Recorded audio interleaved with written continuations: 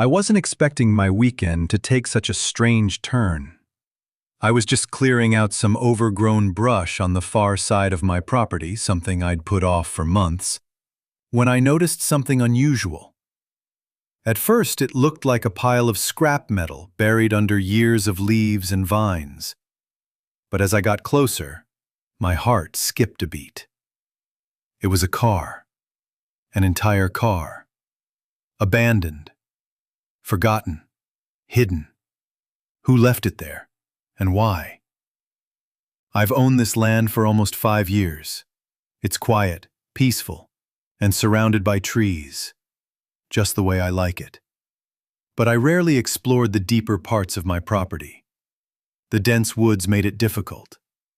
That day, while trimming the edge of the fence line, I stumbled upon the unexpected.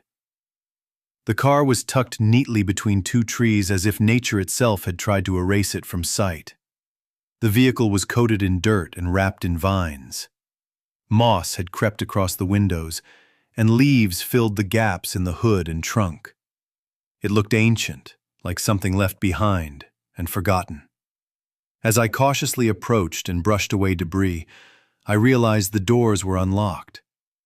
I peeked inside, expecting trash, maybe old tools, but instead, I saw a child's single shoe lying on the back seat. That changed everything.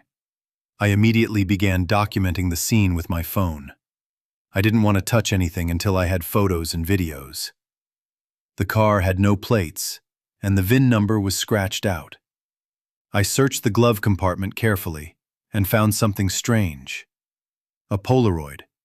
It showed a family, 2 parents and a small girl, standing proudly in front of that same car.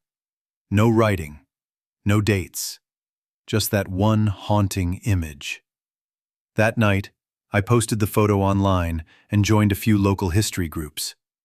I asked neighbors if they knew anything about an abandoned car deep in the woods.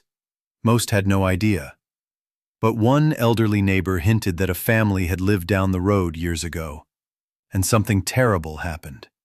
He didn't say more. I couldn't shake the feeling that this wasn't just someone dumping junk. It felt personal. Driven by curiosity and concern, I contacted the sheriff's department the next morning. A deputy came out to inspect it. He froze the moment he saw the car and said, "We've been looking for this vehicle since '98. I was stunned. Apparently, a mother and daughter had gone missing after picking the father up from work.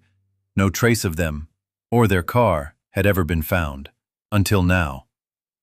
The car was towed to a secure facility, and investigators reopened the cold case. They didn't find any remains inside, but evidence collected from the vehicle was enough to restart the investigation. The story made local headlines. Detectives are working to identify family members and understand what led to the car being abandoned for so long. My land had suddenly become a key piece of a decades-old mystery. In the weeks that followed, I kept thinking about that child's shoe, the family photo, and the silence that surrounded the car all these years. How many people had passed nearby without realizing what lay hidden among the trees. It's disturbing to imagine such a dark history quietly resting on your land without your knowledge. This experience taught me something powerful. Every place has a story.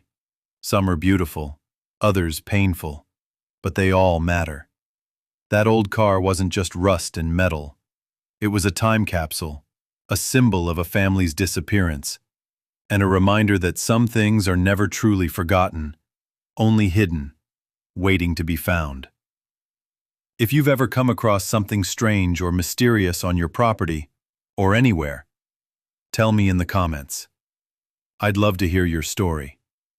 And if this video intrigued you, hit like, subscribe, and share it with others, because you never know. The next big mystery might be buried just a few feet away from where you stand.